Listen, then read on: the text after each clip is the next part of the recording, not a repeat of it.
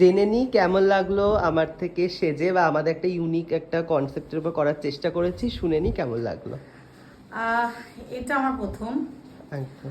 আর সৌমাল্যকে যেহেতু আমি চিনি জানি, আর ওর সাজানোটা আমার ভীষণই ভালো লাগে, সেটা মানে বলার বাইরে।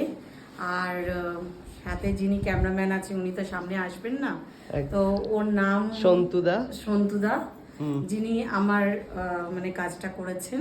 একদম আর সাথে কাকিমাও আছেন, একদম, উনিও মানে আমার মা। সামনে আসবেন না। মানে এরা সবাই আমাকে এতটাই সাপোর্টিভ করেছে যে আমি এটাকে একটা প্রফেশন হিসাবে মানে আমরা ভাবছি।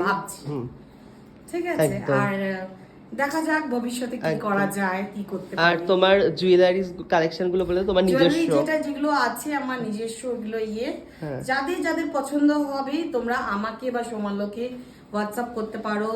আমার হোয়াটসঅ্যাপ নিয়ে আমাকে মেসেঞ্জারে পিন করতে পারো, সোমালোকে হোয়াটসঅ্যাপে জানিয়ে দিতে পারো, সে আমাকে জানিয়ে দেবে খানি।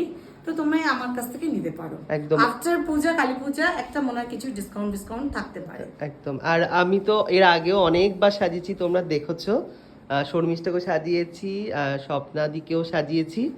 তো এবারের লুকটা একদম ডিফারেন্ট করেছি, আমাদের দুজনেরই প্রচেষ্টায়। তোমরা জানিও কেমন লাগছে। Thank you.